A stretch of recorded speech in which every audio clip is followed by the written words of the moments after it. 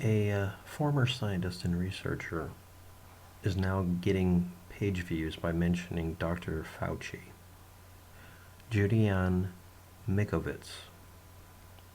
2006, she was hired by a group of people at a specific institute that they'd created to try to prove there was a specific biological cause for chronic fatigue syndrome, which is a potential disease that may exist or may not. It depends on what's going on with it as a name for a disease. It may actually be a dozen different little things. 2009, she and her colleagues asserted that over half the patients had a specific retrovirus that originated in mice. But this is something that is accidentally contaminating laboratories. Now that's important. It could contaminate a laboratory. So she was wrong. 2011, the Journal of Science retracted her work sometime before, but after that, she was fired for refusing to turn over, well, supposedly a cell line or something like that. Later on, she claims that the reason she was fired is because she discovered, through her research, that everything's contaminated with this specific virus, and that's what's making people sick, even though the mouse virus doesn't have the ability to infect people. She won't let go of her pet theory. Remember that. But anyway, she was fired supposedly for various reasons. She got a temporary restraining order against her from destroying, deleting, or altering any of the related files or data on proprietary information that she had made sure she was able to remove from her former workplace on notebooks, laptops, flash drives, and an email account. Cue the Hillary Clinton joke. The response that was given officially by a lawyer who cannot be charged with perjury was she doesn't have the notebooks or any proprietary items from there.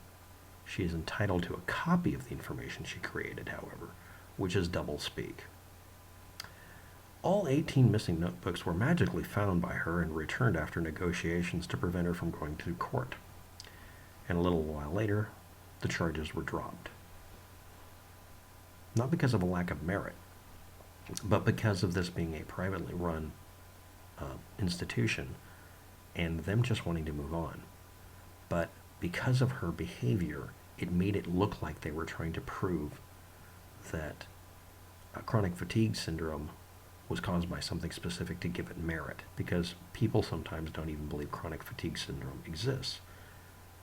And it looked like phonied up research work was being done. Really, it was an accident, but instead of acknowledging a mistake, she then latched onto this and got angry at people basically teasing her or refusing to hire her because she was part of this project.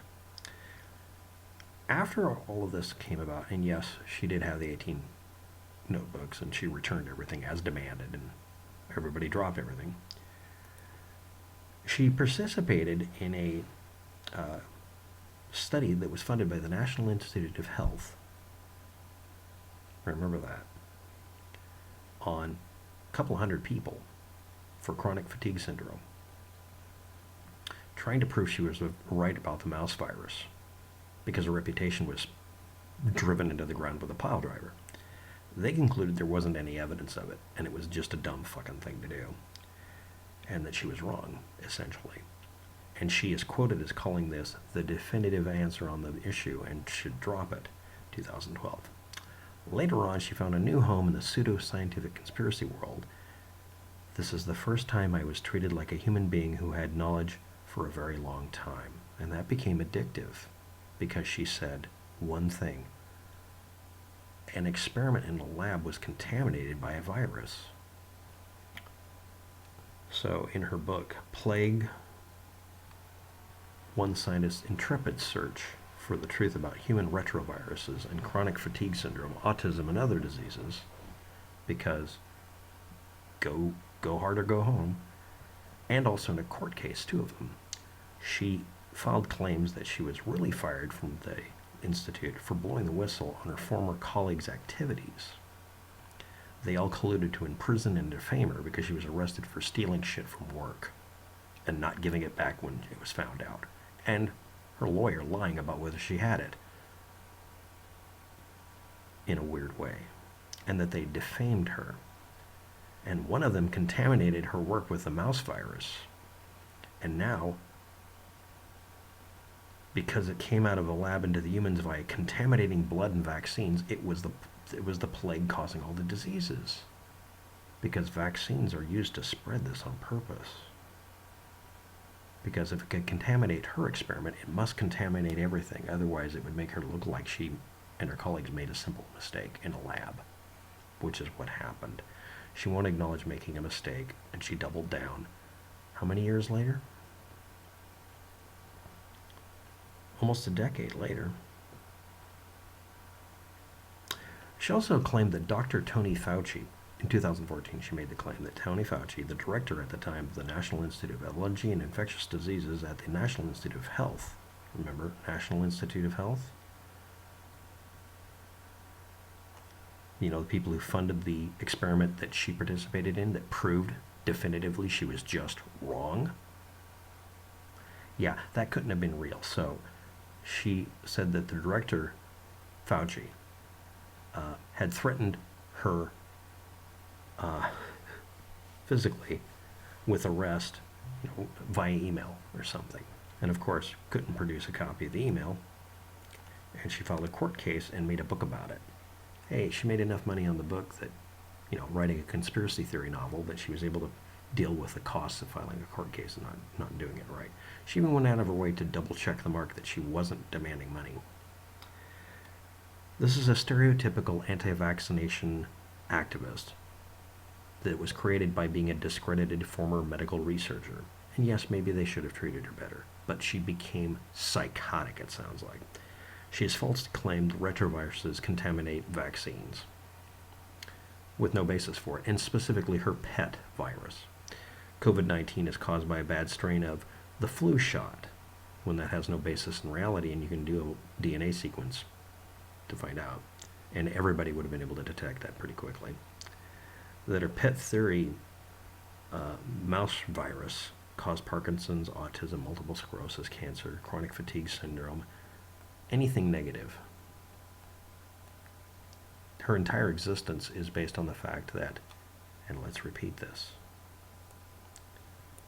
over 10 years ago, she made a simple mistake in a lab, and a contaminant got in that wasn't understood at the time. And what she should say is, we've discovered a new contaminant. We did it by accident. And she would have moved on. And if the Institute fired her for that, she could say, that's not fair. It was an accident. But no, it's a conspiracy by literally Dr. Fauci, because now he's visible on camera. And this virus is still doing it, because even though it doesn't infect a goddamn thing except experiments in her lab, it's everywhere and we're all infected with it. And it's what's causing all of this. All because some institute was created by some parents trying to find out why their daughter or son or whatever has chronic fatigue syndrome and finding a source for it. A simple mistake over 10 years ago led to the creation of this monster.